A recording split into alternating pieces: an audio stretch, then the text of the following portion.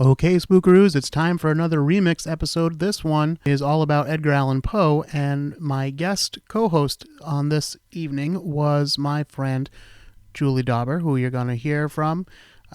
Julie was a very close friend of mine, but unfortunately, she moved to Chicago shortly after this recording was made. She fell. You'll hear me mention that she worked for a Blue Man Group, which she did. She was the wardrobe department for the Boston production, and she fell in love with one of the Blue Men, and they moved to Chicago. And got to check in with her, see how things are going. It's been a while, and now through the proliferation of Zoom and everything, maybe she'll appear on a future episode. But Julie, a good friend of mine, and talking about kind of a hometown hero to both of us. Edgar Allan Poe, born in Boston, but of course more famously lived in Maryland, where she was from Baltimore. And so that's what we're talking about tonight. So enjoy this episode from, I think we're still in 2016 with these episodes. Edgar Allan Poe.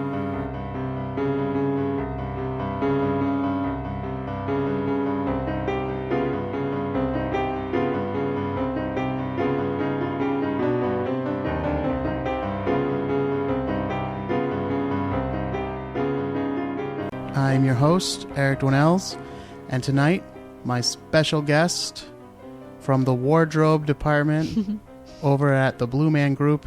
Is it still at the Charles Street Playhouse? Is that what it's called? Charles Playhouse. Charles Playhouse in Boston. Julie Dauber. That's me. I was just saying, I've realized you're the second costumer in a row that I've had on the show by accident. Happy accident. Yeah. Right? All right. Well, hopefully those were fireworks. Can you hear that in Radio Land? It's kind of creepy, kind of appropriate. We are near the 4th of July, so it could be fireworks. However, we're also in my neighborhood, so. All right. Hopefully they're done now.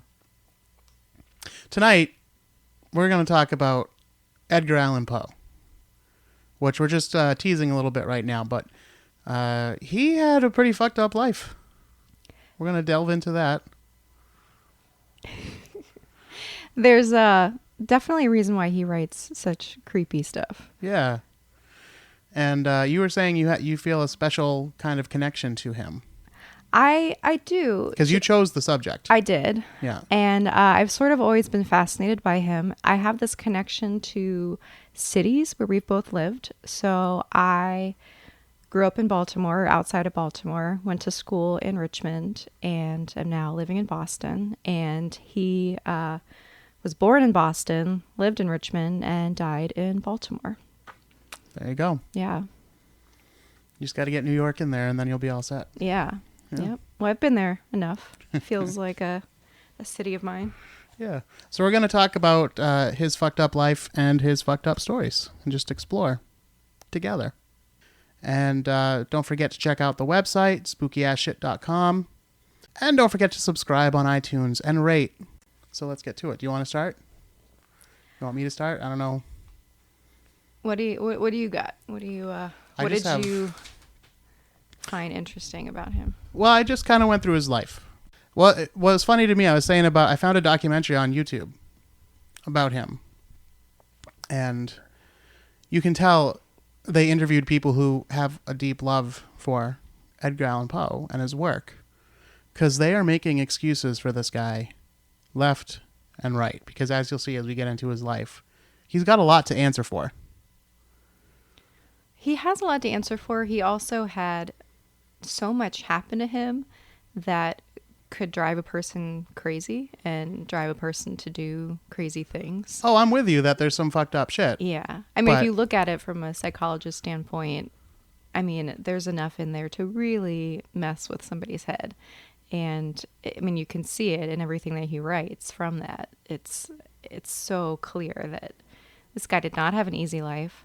I do think it's interesting, though, the fact that he has this persona that isn't entirely true, that a lot of people think of him as this like crazy madman, a drug addict or a drunk. And, a lot of that comes from the fact that his obituary and his biography were written by somebody who was actually a rival of his.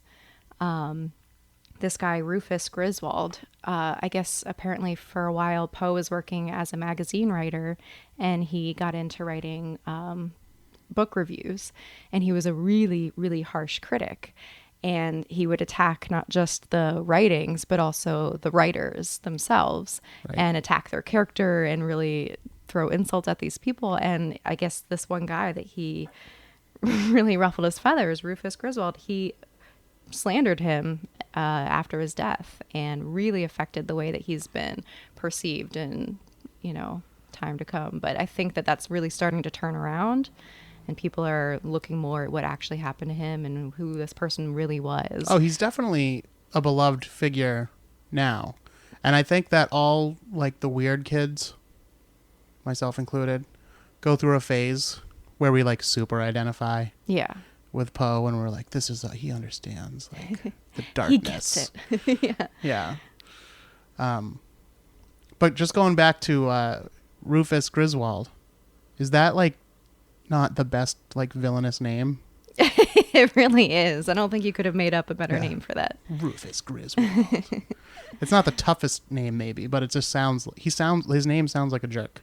Yeah. Oh, totally. And it totally backfired on him, because he did it to kind of make people hate this man. And Yeah. of course, they all turn around and And bought all of his works. Who remembers Rufus Griswold? Nobody. Well, we do Aside now. from his badass 'cause- name. All right. So here's what I have learned about Poe Tell me. recently. He was born on January 19th, 1809. And like all cool people, born in Boston. Born in Boston. And his mother and father were both actors, which at the time was not a very respectable profession. What do you mean at the time? But his father abandoned the family the year after he was born. So he never knew his biological father. And he doesn't re-enter the picture at any point either, from what I've read. And then a year after that, his mother became sick with what they called at the time consumption, which we call tuberculosis, which has come up previously on another episode about vampires in America.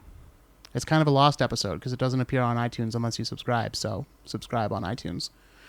But there's a tuberculosis epidemic in Rhode Island That caused them relates to to believe there were vampires in there. vampires. Interesting. Yeah. Wow. Yep. Anyway.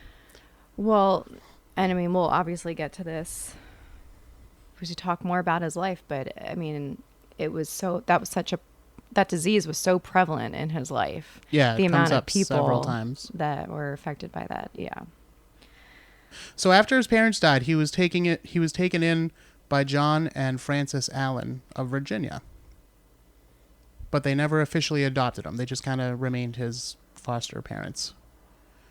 And I never read anywhere what the relation was, like how he ended up with the Allen family. That's interesting. I don't know that, and I kind of just assumed that, they were a wealthy family and maybe were searching to adopt, and somehow, there was a agency involved, or who knows. I don't know, because he's got blood relatives that he ends up living with. We'll get to that later on, but he's Right. got like an aunt and stuff that he ends up So, living with. That's interesting. I'm not sure how that Yeah. came to be. But yeah, John Allen was a fairly wealthy man who became even more wealthy after some deaths in his family, and he got some inheritance.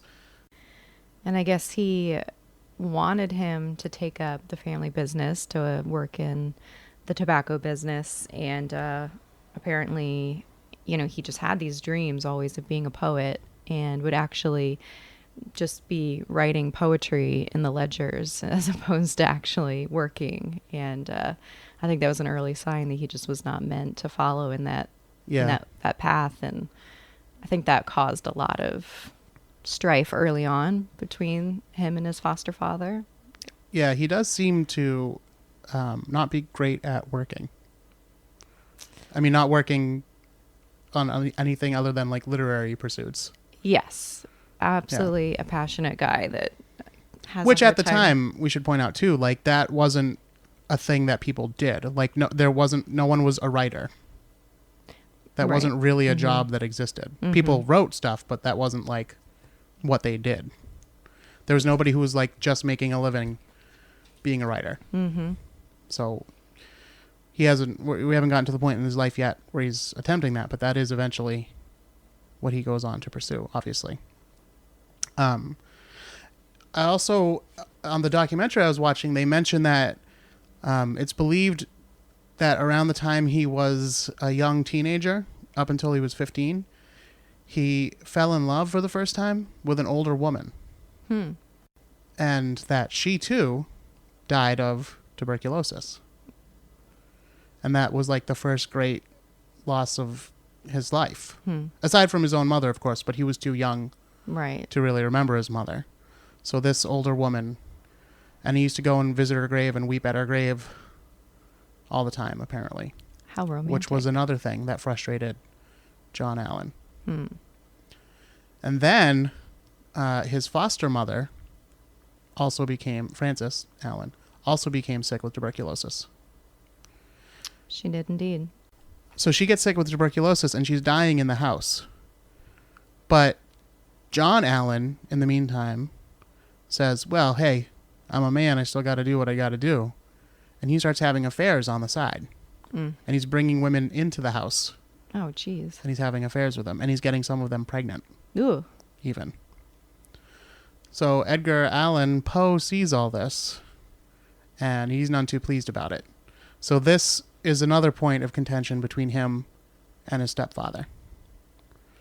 And a lot of people believe that the reason why he was sent off to the University of Virginia by his stepfather was essentially to get him out of the way. So he said, here, you go to school. But he only gave him enough money to get to school.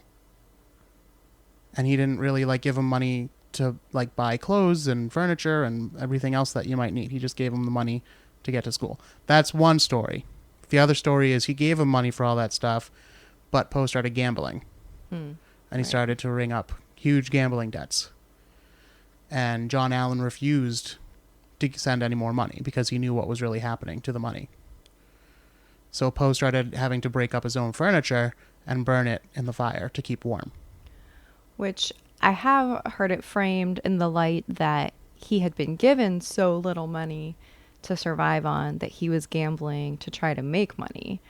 So I guess it just depends on who's telling the story. Right. Yeah. What light they're trying to paint him in. Right. So Poe left school after only a year. So after leaving all poverty-stricken UVA, he goes back to Richmond. And it's really just to catch up with his fiance, who they got engaged before he went to college. And he returns to Richmond to find out that Elmira Royston left him for another man, and she's engaged to somebody else. So that's another little check for chicks, man, screwing with his head.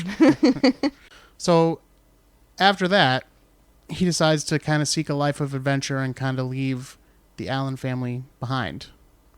So he goes back to Boston, his birthplace, and he just kind of takes a series of odd jobs working at different newspapers and periodicals. And this is about when he starts really writing seriously. But then in 1827, he decides he's going to join the army. Now, he enlists lying about his age and using a false name. And it was during this time and in the military that he writes his first book to little notice. He signed up for a 5-year stint, but he decided that he wanted out after 2. So he told his commanding officer his real name and how he'd come to serve in the army in the first place, which was lying and basically to get away from his father. So his superior agreed to let him out on the condition that he reconcile with his father and get permission from John Allan before he's allowed to leave. So Poe writes to Allan, and Allan just doesn't even respond at first. In fact, he doesn't even write to tell him that Frances Allan, his foster mother, she has died. Somehow, Poe finds out that she has died, and he goes to attend the funeral. And while he's at the funeral, he's able to kind of bury the hatchet with John Allan. And John Allan agrees to support him leaving the military on the condition that he then go to West Point, the military school. And Poe says, fine, I just want to be out of the army. That's fine, I'll go to West Point. It was a nice, peaceful moment for the family. Unfortunately, it didn't last too long. So he agrees to go to West Point. And then for some reason, before he actually goes to West Point, he still doesn't want to live with John Allan. So he goes to live with his aunt for the first time. This is his biological aunt, Maria Clem, and her young daughter, Virginia. They'll come back into our story later on. So that's when Poe finally went to West Point in 1830. And then his father gets remarried without even telling him. And I don't know, that's just another little... Well, it became another point of contention because yes, I think Poe... Thank you for articulating that. Yeah, I think Poe essentially felt like you haven't even let any time pass to grieve. Right. For your wife who you cheated on and made like false babies with all these other people. And that was the point, finally, where John Allan disowned him as a son. That was when Poe decided that he didn't like West Point either. And he purposely got himself court-martialed and dismissed from service for neglect of duty, disobedience, refusal to attend formal functions, classes, or church. He stopped in New York City to publish a book of poems before returning to his aunt's home in Baltimore. So apparently, when he first gets to Baltimore, he gets in touch with this. This is his father's family there, which is interesting that we don't know much more about his biological father. Yeah, Okay. We don't know much more about his biological father, even though he's now living with presumably his father's sister. And apparently the first night that he got there, he initially stayed with a cousin who ended up robbing him in the middle of the night. And so then that's when he moves in with Maria. What I think happens next, if this is what you have, is his father passes away, his foster father. Right. Writing a will that excludes Poe, but does include the illegitimate children. So another little kicker right there. Yeah, the final. The final kick. Yeah. And Poe had written a letter to John Allan before he died, basically saying, like, fine, you don't want me? I'm going to show the world who I am and what I do. And the world is going to say, oh, you didn't want him as a son? How, basically what a mistake. He said it a lot more eloquently than that, but that was the point of his... That was a huge drive. Yeah. In his search for poetry fame. Also during this time, living with his aunt in Baltimore, his writing attracted some fans. And it even led to him getting a job with a Virginia newspaper. So he moved down to Virginia. But he was soon fired for showing up to work drunk. So we can just debate how drunk he was, but he definitely, even by his own admission in some of the letters he wrote, had a drinking problem. There's no doubt about that. In 1835, he returned once again to Baltimore. This time, he secretly married his young cousin Virginia. First, they married in secret, and then eventually they had a second ceremony that was public. Now, I wonder why it was secret. Yeah. First of all, they were first cousins. It's not even like a twice removed kind of. They were first, like straight up, real deal cousins. And he was 26. She was 13. Yeah. Oh boy. Just let that sink in there. Shades of Jerry Lee Lewis. But at least that was like a third cousin twice removed or something. They weren't like direct relations. Yeah. Poe was straight up.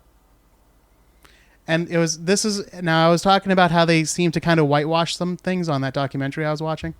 And this was one of the things, because they're like, oh, you think of Edgar Allan Poe as being really stoic maybe and kind of depressed and somber. But if you ever saw him with his wife, people mention he was out playing like leapfrog with her, and he split his pants, and they all had a good laugh, and he would chase her around the garden, and they'd play tag, and they, blah, blah, blah. And I'm like, bitch, she's 13 years old.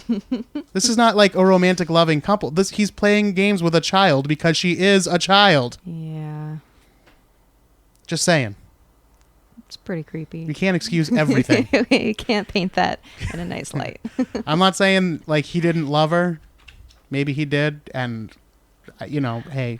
I give him that. I think he loved her very much. Yeah, I love my niece too, but you know what? Not that way. Not like that. I don't know. It's fucked up. It's fucked up. Even if you did like love her, it's still, there's things you just don't do. Yeah. I don't need to make Southern jokes here. This does take place in the South. Hey, watch it. I'm just saying. There's a stereotype. During this time is when he really started to kick into writing full time and work as an editor, contributor, and a critic for many newspapers and different periodicals of the time. And then we have another example of him like kind of fucking things up for himself again.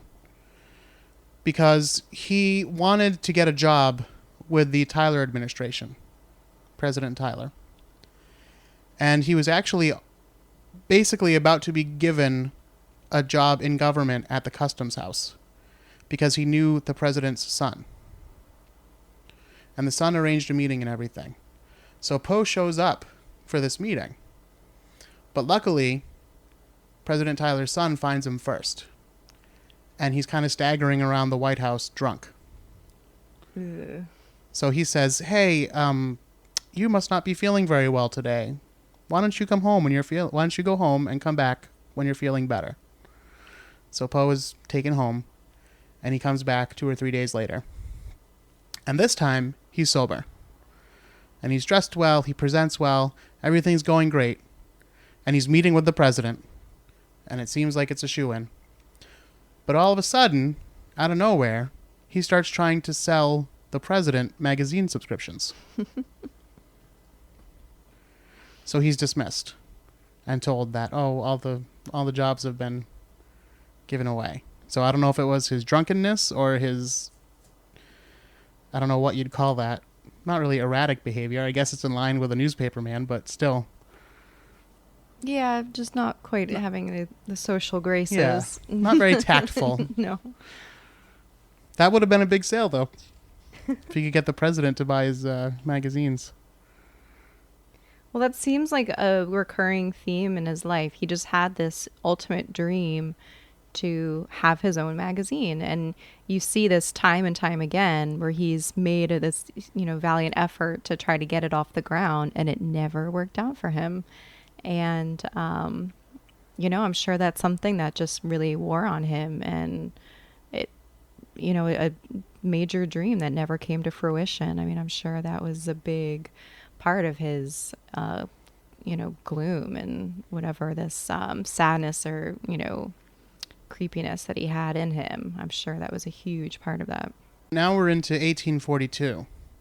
And speaking of gloom and sadness, this is the year where he is sitting with his mother-in-law in the parlor of their home. And his wife is singing. Edgar Allan Poe loved his wife's singing. So they used to make her perform. And as she's singing, she has a small little cough. And then she coughs and then goes back to singing. But Poe notices a small drop of blood on her lip. He's seen this before. So he says, this is the beginning of tuberculosis. And she becomes very sick. But then, probably due to her youth, she's able to recover from it. But this is a pattern that happens over and over and over again. And each time, Poe says in a letter that he wrote, he really felt like this was the end. He was going to lose her. So he kept getting plunged into depression, which would make him drink more. Again, by his own admission. This isn't just something that people are saying about him. So I think that's really when the drinking problem became even more prevalent, was during this kind of roller coaster ride. She lived for, I think, 5 or 6 years with tuberculosis. So who knows how many times it went back and forth as to whether, oh, she's fine. Oh, she's sick. She's going to die. Oh, she's fine again. Oh, she's going to die again. Right. Yeah. And it was also during this time that he began to make many enemies, as you pointed out earlier. In the literary world, there are some words that are hard for me to say. Literary. It's not easy. Yeah. He began to make a lot of enemies in the literary world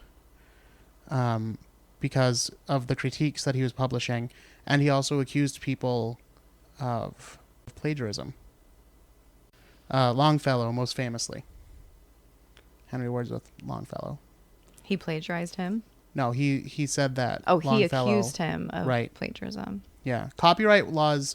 One of the reasons why Poe was never wealthy in these days, even though he was getting well known and well respected as a writer, was that plagiarism laws and copyright laws weren't in full effect yet. And internationally, they didn't exist at all. So people would take books that were written like in England and just like slap their own name on them and say like, hey, I wrote this. So it's even easier to take just part of a story or who knows what. And I guess Poe would call people on that. I don't know how accurate all of his claims were, but that was part of the problem. It's also why people didn't make a lot of money writing, because their stuff would get stolen they had no so rights, easily. Yeah. His first real big hit was The Raven, which is probably still to this day his most famous work. It was published first in 1845. And this was like, he basically became an overnight sensation based on this. People used to call him the Raven. He used to go around giving public readings. He was like a rock star, basically. And it was supposed to be the most terrifying story ever written at by that time. Can you imagine, like, actually being present with Edgar Allan Poe doing a reading of The Raven? Actually, I can, and I'll tell you why. Why? When I was in middle school, there was a man who came to my school as Edgar Allan Poe, and he read several of his poems. Just saying. Was he good? He was. I mean, you know. Think it was legit? I don't think it was really Edgar Allan Poe. But I do remember that. The one that I remember, the story that stuck in my mind the most, I'd heard The Raven, of course, but that was something that you just kind of hear growing up anyway. But the one that really stuck in my mind was The Bells. Do you know that one? Yes. Everybody look that one up. And he read it like really intensely. So I guess he was good. Yeah. He was a little too old to be playing Poe, but yeah. I don't know, it's just a weird memory that popped into my head. Yeah. But yes, it would have been really cool to hear the actual Poe read. Oh, absolutely. Yeah. I've only seen one live performance of his works, and I was very young, and it was a school field trip, and we went, I can't even remember the company that did it, but they did a reenactment of The Telltale Heart, and I just remember being so enthralled by that story and the way that it was presented, and that was, you know, maybe something else that just kind of always set me on this I don't know, this Poe kick. So then in 1847, his wife Virginia, his wife/cousin, dies of tuberculosis. She was only 24. Now that really set him off. Yeah, I mean, the fact that he only lives for another 2 years after that, I mean, you can tell that that was a huge blow to his psyche and just such heartbreak. I mean, it literally broke him. Yeah. Yeah, well, and his actual death is a real funky story itself. It's a mystery. I mean, nobody really knows how he died. Well, what happened is he's found wandering the streets of Baltimore. Which, by the way, he did not have his luggage. He did not know where his luggage was. And he was not wearing his own clothes. And he was rambling. And he couldn't explain anything about where he'd been, what happened to him, nothing. To this day, nobody knows. But someone finds him, and they bring him to the Washington Medical College. But he never regained his senses. He just kept rambling. And they say that he kept repeating Reynolds. But nobody knows who or what Reynolds is. He died after a few days in the hospital. And as you said, the cause of his death is unknown to this day. Some people are saying it was some type of brain aneurysm. Some people say it was alcohol related. His doctor that was with him swore up and down that it had nothing to do with alcohol. But I guess he wrote some pamphlets and even a book about it, and they all give different stories and details, so it's basically unreliable. But he was very passionate in stating that it was not alcohol related. Yeah, and it seems like, you know, those last couple years were rough. I mean, he just kept trying to launch this magazine that he wanted to do, had no success in that. He was pretty unlucky in love. He fell in love with another married woman. He pursued another poet who wasn't interested in him. And then he actually went back to Richmond. He found out that his ex-fiancée was now a widow. Her husband had passed, so he actually got re-engaged to her, Elmira Royster, now Shelton. So he was engaged at the time of his death, but I think it was unofficial. And she and his mother-in-law, Maria Clem, apparently had no idea that he had been missing. He'd been missing for like 5 days in Baltimore before they found him. They had no idea where he was. He spent those last days of his life in the hospital alone, surrounded by strangers, and they didn't even find out about his death until they read it in the newspaper. I mean, what a way to go. Yeah. So it's really, even today, it's still very interesting to think about and ponder. Like, what the hell happened to him? What happened to him? Where was he? Yeah. What? Like, not even the actual cause of his death, like that, I'm not as curious about, but where was he right before he was found? Like, what was happening to him? And we'll Who was he with? know. Who's Reynolds? What's Reynolds? Does it have anything to do with anything, or is he just crazy by that point? Nevermore. Nevermore.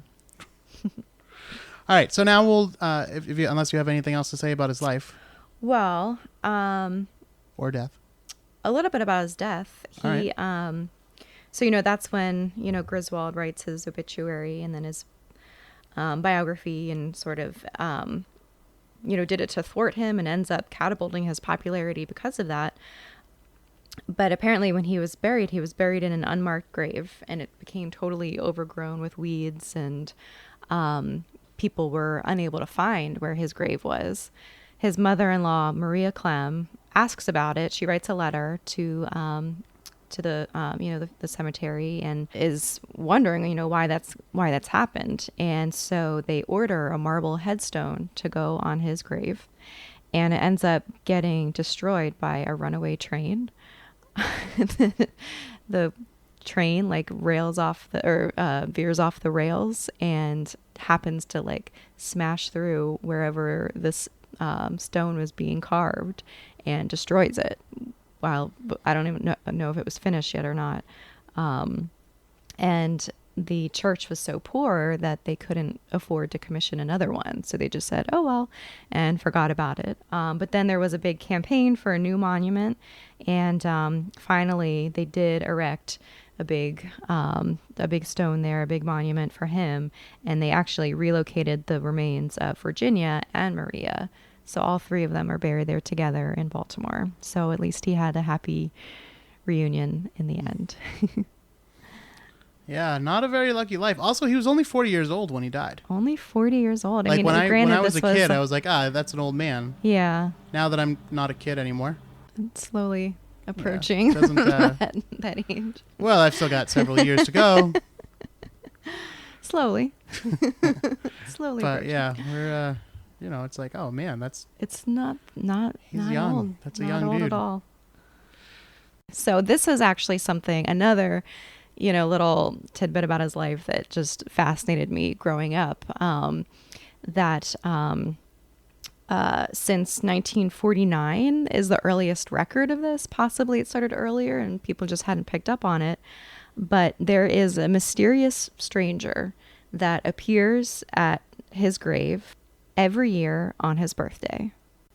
And he leaves a partial bottle of cognac and 3 roses. And nobody knows who this person is. They think there's a theory that it was somebody who started doing it and then passed it on to his sons. And they were actually 2 sons that like alternated doing it in honor of their father, but they have no clue like when one person stopped and the other began, or how that came to be. Nobody really knows what the cognac means because there's no real reference to that particular alcohol in any of his works, but they think that the 3 roses are for obviously Edgar, Virginia, and Maria. But apparently it stopped in 2009 and there's not been another visit since then. And that's coincidentally the 200 years? Yeah, 200 year, and it would be his 200th birthday. Yeah. So I guess people have unofficially tried to pick it back up and do similar tributes to him every year, but it's not the same. But I just remember always thinking that was so fascinating who that person was, and just adds this other layer of mystery around him and his death. And it's fun to have that kind of stuff. Oh, totally. Yeah. Yeah. You're all welcome to mystery toast at my grave. If I ever have a grave. I don't want to think about that. Let's talk about some of Poe's horror stories. Now, he didn't just write horror stories. He also famously wrote mystery stories. Some say he was the first detective story writer. He also wrote something early on that was more of like a love poem. Yeah. So it wasn't always, creepy. Yeah. So, of course, The Raven is his most famous poem. And you can kind of imagine he wrote that just 2 years before Virginia died, his wife, Virginia. But he already knew that she was sick by that point. She was well into her sickness. So I'm sure it was on his mind. And it's not a big stretch of the imagination to think that he was thinking about living without her when he wrote this story or poem. And because basically it's about someone trying to distract himself from his grief over his dead wife through reading books and concentrating on being reunited with her in heaven. Until an asshole raven flies in, perches over his door, and just keeps repeating one word. Nevermore. Nevermore. Yeah. Every time he asks about his wife, Lenore, the raven tells him nevermore. That is the reason why the Baltimore football team is called the Ravens. Yeah. It's a good name for a football team, I guess. I mean, it's got historical ties, which is nice. Right. But also ravens are like a tough bird. Yeah. And it's unique. It's not like the Panthers or something like that, where every high school in the world has something like that. Right. So some of his other stories, his first horror story was called Bernice. And it was about a man who was so obsessed with his late wife's smile that he actually digs up her corpse to reclaim her teeth. Ooh. And he's so obsessed with that he doesn't even notice she's screaming. Because she's actually been buried alive. Oh, jeez. Now, the funny thing about this is it's based on a true story of grave robbers who were caught. And the reason they said they were robbing the graves was because they were trying to steal teeth so they could make dentures. Oh, wow. Yeah. And some friend of Poe, so the story goes, some friend of Poe's said, well, I bet you can't make a story based on this. Because, there's not much to the story. So he said, all right, challenge accepted. And he wrote this story, Bernice. I wonder if he just had this fear, this phobia of being buried alive. 'Cause it seems like a rather prevalent theme in his works. Yeah, well, that and the fact that he keeps writing about people getting walled up specifically. Oh, yeah. I mean, I've always loved Cask of Amontillado, and That's my favorite ghost that's story. and that's actually, I don't know if you remember, some time ago, years ago, we had talked about like doing a Poe night, like it's like stage stories, and that was actually the one that came to my mind first of how to stage that. And I don't know, just like seeing somebody doing this creepy, like slow stacking of bricks as the scene goes on. I think that there's so much theatricality in these stories that sometimes I wonder why there haven't been more movies or plays or other works based off of them. But then it's also, when I try to think about the practicality of staging some of these things, it's pretty daunting. I mean, so much of that story is this journey into the catacombs, and how do you stage be quite that? a long Yeah, walk. exactly. You have to walk. So the story of this story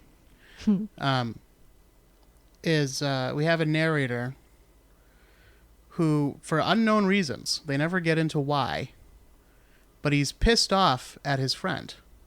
I guess they're frenemies. And he decides he's going to get revenge. For what? We don't know. But he sees this guy reveling at a carnival, and he's dressed in the fool's motley. So like an old-time gestury I think costume. I just want to design those costumes. That's really what it comes down to. And he says, hey, forget the party up here on the street. Come follow me. I got some dope-ass wine in my basement. I know you're a connoisseur. I've got this, how do you say it? I've got this... Cask of Amontillado. Amontillado. I always mess up how to say it. I've got this cask of Amontillado. Come on down to my winery downstairs. You have to go through the catacombs. It's kind of a long walk, but we can drink as we walk. So he brings him down, and he's walking him through, and he's showing him the bones of his like ancestors and talking about what a badass family he comes from and everything. And all the while, he's getting his friend more and more drunk. And he keeps telling him, he's like, oh, you know what? Maybe we should head back upstairs. You'll be missed. I'm nothing. People don't care if I'm not at a party. But, you know, they'll miss you. You're so famous and wealthy and loved by the town. And he knows, really, that the guy isn't going to go back up. Like, he's going to go further and further and want to prove that, like, He's just after this wine. Yeah, I want to drink this wine. I want to show you that, you know, I can maintain. So finally, he lures him down there. And at this point, he's so drunk when he takes him to this little space in the wall that there's, like, manacles on the, you know, chained up to the wall and everything. And he chains the guy to the wall. And the guy doesn't even fight because he's so, like, smashed out of his mind. And then he starts to complete the wall. He starts to patch up the hole in the wall with bricks and mortar. And his friend kind of sobers up, as you would if you realize that someone is trying to entomb you in a wall. And basically, like, he just, like, teases the guy while he's walling him up and, you know, killing him. And he says, oh, the last thing I heard was the jingle from his stupid jester hat. I dropped the torch in for him and let him be. 50 years later, his skeleton's probably still hanging from that wall. No remorse. It's a good story. That's all I'm saying. It's one of his best, I think. One of my favorites. And it's interesting, you know, going back to this idea of the, like, how his life was plagued with tuberculosis and seeing how, like, little bits of disease come up in his stories. So throughout that story, Fortunato has this cough, and he actually, like, is getting sicker and sicker as he goes and down this, you know, path into the catacombs. And that just immediately makes me think of, like, him hearing this cough echoing in his own mind of all these people that he's loved and lost to tuberculosis, and that slow disintegration into the disease. That must have been like something he heard all the time, and that playing into his stories has always fascinated me. Yeah, like a symbolism of death. Yeah. Oh, totally. And then, I mean, I don't know if you got into the Mask of the Red Death. Yep. But that's another one of my favorites. And just that, that feeling of that infectious disease, because that must have been a fear too. Like he probably felt like he could have been exposed to this disease, and maybe living in constant fear of his own. Or it might have even infection. crossed his mind. Maybe he's the carrier. Oh, I didn't even know you could have like a dormant case of that. That's interesting. Yeah. So the Mask of Red Death basically is about, like, all the poor people in town are dying from they don't say what the disease is, but it sounds an awful lot like consumption. And they mention that it's marked by a lot of blood and bleeding. So like the wealthy people in town decide to throw a ball where they're going to lock everybody out, everybody who's sick. So they decide, like, well, let's have a big party. Let's have a costume ball. Everyone can, we'll lock ourselves in and we'll celebrate that we're safe and that the disease can't touch us. But unfortunately, an uninvited guest shows up, all dressed in red, and it's a figure of death. And the host is the first one to get sick. He starts to bleed. And then other people start to get sick, and they start to blame the stranger. So they go to him, but they find there's nobody in the costume. It was just the personification of the Red Death. Hence the name. That's another one. Just when I read it, it's so visually stunning in my mind, like going through those different rooms that they have set up, and each room is a different color, and describing the light shining in the windows, and like that one room that just makes everybody look red inside the room. I think that's why I just like keep going back to like trying to stage these, because it's just so visually beautiful to imagine. Well, these even creepy, and like the costumes and everything of people dressed up and dancing around in a masquerade. You kind of have an idea what this would look like because it happens in the Phantom of the Opera. True. Yeah. The Phantom of the Opera, there's a scene where they believe that the Phantom has finally left the opera house. It's the beginning of Act 2. Right. And they throw a masquerade ball, and the Phantom literally shows up as Red Death. It's not subtle. He literally, and it's in the book too. Like it, so Gaston Which Leroux one came first. I wonder. The Poe. So, Phantom was inspired by Correct. That story. Interesting. Yeah. So, but yeah, that's what he's referencing with that whole scene is the Mask of Red Death. Very interesting. And like I said, the Phantom literally shows up as the Red Death. Yeah. So. Yeah, that part's pretty terrifying. And then there's the Pit and the Pendulum, which is basically like torture porn. Yeah. It's like the original Hostel.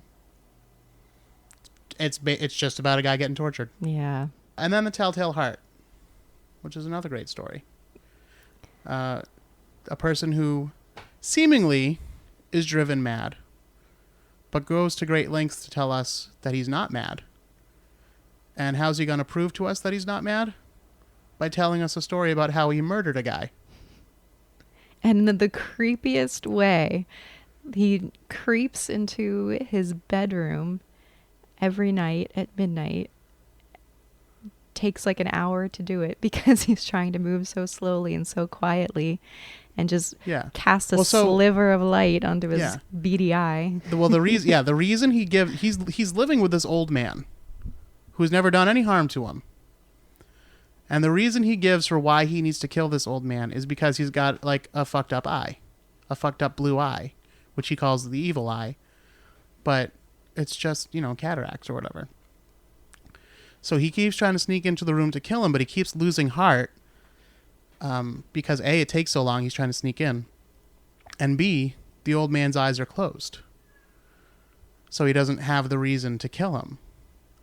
But on the 8th night, he makes a little bit of noise, and the old man wakes up. So he sees the eye in that sliver of light you were talking about. And he kills him, and he buries him in the floorboards. So the cops show up, and our narrator is so driven by guilt that he believes he can hear the sound of the old man's heart beating, and that the police are going to find the body because they hear the heart beating. But meanwhile, the police don't hear anything because it's all in this guy's head. And he says, no, I'm not mad. I'll prove it to you. Pry up the floorboards. There's a dead old man down there that I murdered. Totally sane. This proves it. I'm sane. Now, an interesting theory I heard about that story is what they call the feminist interpretation. Do tell. I've that heard the this. narrator is a woman. Huh. And the evil eye is not a literal evil eye, but that this guy was like creeping on her and staring at her every night. And that's why she was driven to murder. Okay, that I want to stage. Yeah. That's really interesting. I don't think that Poe had that in mind at all. Probably not. But it's a very interesting interpretation. And that's now making me think of all his other stories where it's kind of not gender specific for the narrator, and looking at all of them in that way. Wow.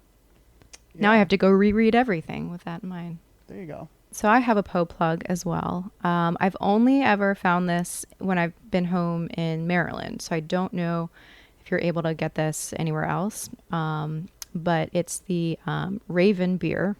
It's Poe-inspired craft beer, and one of the best IPAs I've had. It's a Telltale Heart IPA. It's delicious. I haven't had any of the other brews, but they include things like the Annabelle Lee White and the Cask, which is I think that's a double bock, Pendulum Pilsner. All these really awesome brews. They're delicious, so highly recommend. Don't forget to tell your friends. Don't forget to subscribe, rate, and review on iTunes. Check out the website, spookyasshit.com, to links for all of our social media, and facebook.com/spookyas. You can check out the action there. Thanks for having me, Eric. Oh, thanks for coming, of course. Hope you come back sometime soon. It's a pleasure. Yeah. Until next time, don't be afraid.